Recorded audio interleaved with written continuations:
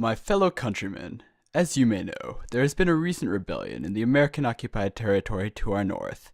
Earlier this month, Americans gained control of Bexar. Now, it is the responsibility of every single one of us to take it back. We will march there, and we will force the American aggressors out of our territory.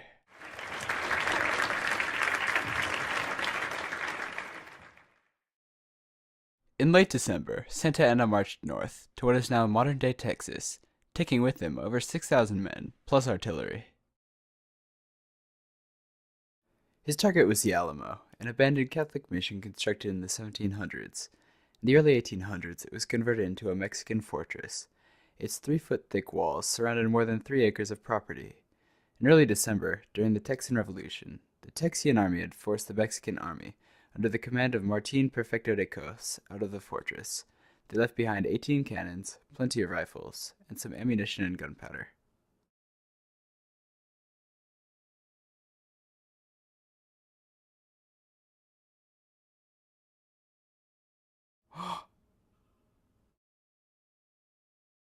Colonel Travis, I've spotted the Mexican army.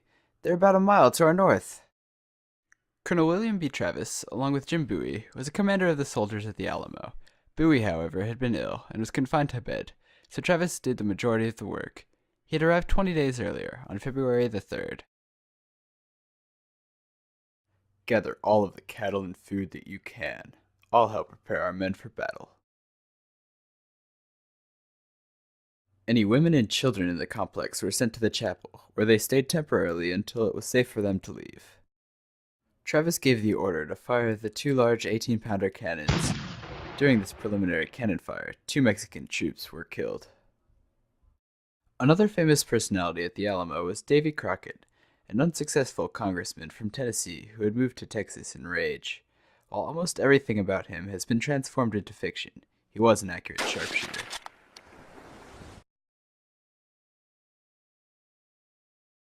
The 24th marked the first full day of the siege. The Mexican army set up 2 cannons 350 yards from the Alamo itself.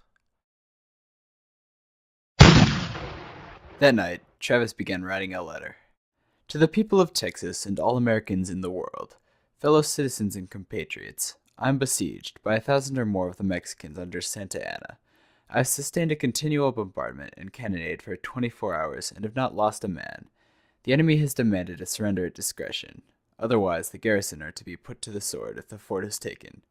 I've answered the demand with a cannon shot, and our flag still waves proudly from the walls. I shall never surrender or retreat.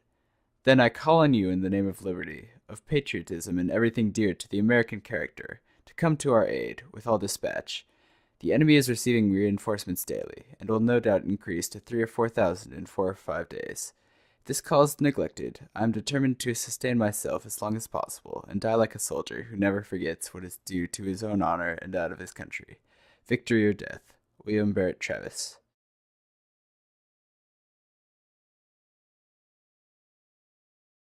By the 3rd of March, fighting had been going on for more than a week without ceasing. Hundreds of cannonballs had hit the walls of the Alamo, causing extensive structural damage. Inside the Alamo, the Texians were running low on supplies. To conserve gunpowder, the Texians fired their cannons less, consequently allowing the Mexican army to advance. That day, the leaders received unfortunate news. They would not get the reinforcements they were hoping for.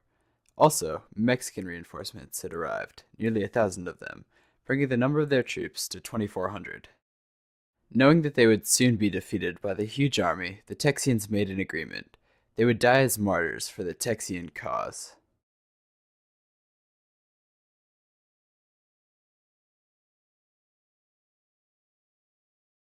In the morning of March 6th, all was quiet. Mexican artillery fire had stopped at 10 the previous night. The soldiers at the Alamo were enjoying as much sleep as they could get. However, by 5:30, they awoke to find themselves surrounded by Mexican troops, who were advancing from all sides. Hastily, they prepared to defend themselves from the onslaught of soldiers. The north and east sides were especially vulnerable, and as a result, most of the Texian troops guarded these sides, turning nearly all of the cannons to face the Mexicans. One of the first to die was Colonel Travis, who died from a shot to the head. This left the garrison without a leader. Some Mexican troops were able to enter the Alamo by climbing the poorly defended southern walls. There was nothing the Texians could do now. From an account by a cook for the Mexican army, Crockett's body was found among 16 other Mexican bodies. His knife was found in one of them. When the battle was over, 1/3 of the Mexican forces and nearly all of the Alamo defenders had been killed. Most died near the barracks, which the defenders occupied for protection. 7 other Texians, unable to defend themselves for any longer, surrendered to the Mexican army. Santa Anna had them executed immediately.